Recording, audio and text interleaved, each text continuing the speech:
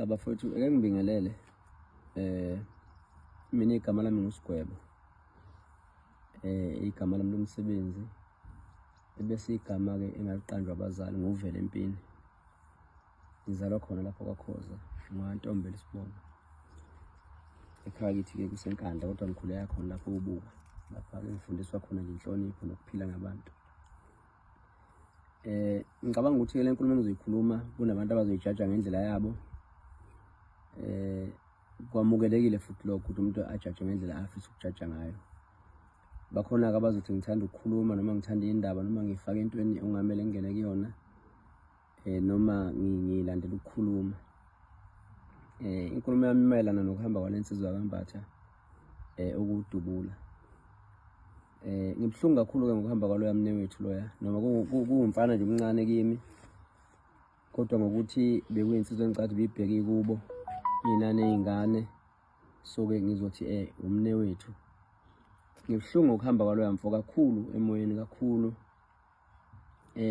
ngangokuthi kuthe mangingena iy'ndaba zokuthi akasekho emhlabeni, kushona ngendlela ahambe ngayo, ngizwe nje ngifikele ubuhlungu kakhulu.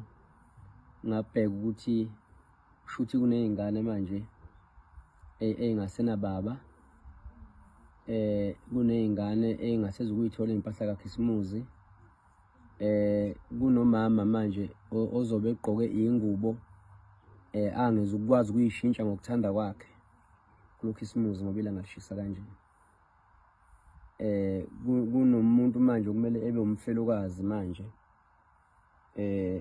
obey'tshela uzobe ehleli mhlawumbe nomyeni wakhe ngoKhisimuzi kumnandi bekhiphe ney'ngane uma kuthi abantu abajwayele ukukhipha iy'ngane.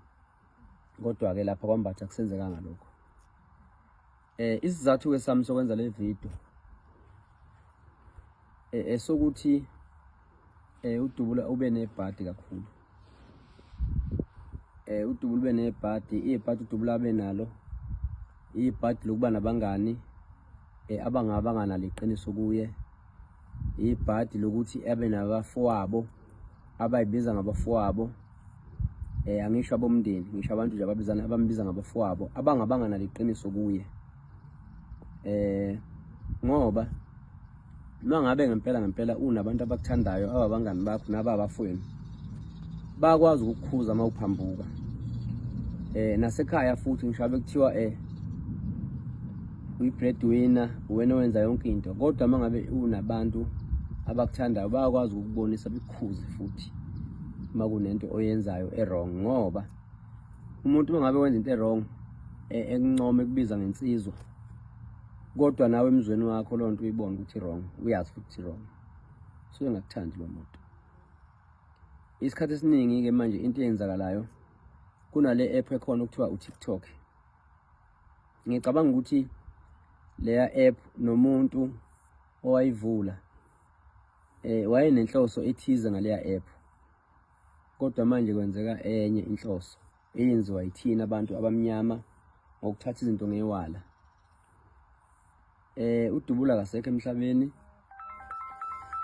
Ziningi iy'nkulumo ey'vela ngokuhamba kaDubula, ziningi iy'nkulumo ey'vela ngokuhamba kaDubula. Ey'nkulumeni ey'vela ngokuhamba kaDubula kunabantu abakhuluma manje engathi bayathi uDubula ubulawe ubani noma ubulawe ubani. Ukukhuluma ngizokuqondisa, kunabantu abanento yokuthi uDubula ngoba nakho aphambana noMavava, uhambe mhlawumbe ngesandla sikaMavava. Mina uMavava ngiyamazi, dala uMavava ngimazi, sengiphilile futhi naye kakhulu. Angimphikeli, kodwa nginesiqiniseko noma nginayo into ethi emzweni wami uMavava ubengeke abulala uDubula.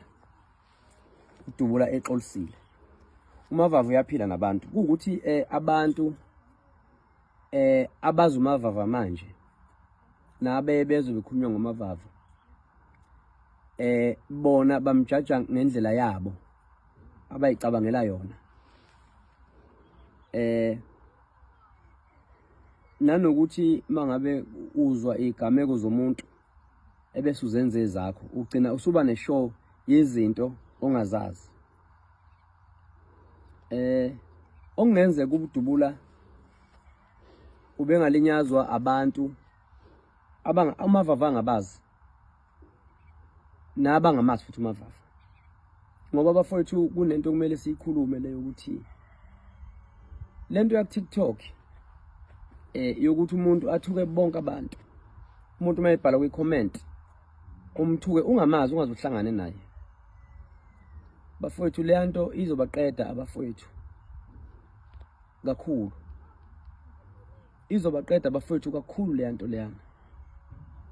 And okubhlungu kakhulu njengamanje abantu ababhizi abaveza igama likaMavava kule nkulumo, ingane ezincane engamazi naMavava loyo egcina umbona emafonini. Ngishabe kuthiwa bafowethu uMavava ke niyamthanda, awukwazi ukuthi umuntu umthande lithi umfake enkingeni ngokukhuluma kwakho, uma ndisela izitha phe kwezitha nazo ongazazi, uyabo.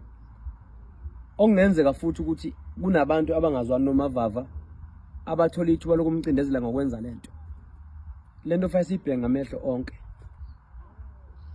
Bafowethu asikhuleni sibe badala, masinganakele sizophela. Okubhlungu kakhulu into edathi ngikhulume ngalento ukuthi ukukhuluma okuningi ebekuye kuvele ngodubula nabafethu aphila nabo bekuthi bakhulunywa bebengahlali bengaliveza igama labaculi bakaMaskandi.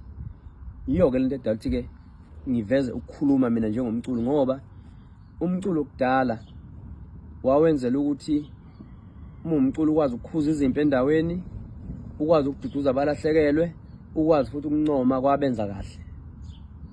Kodwa njengamanje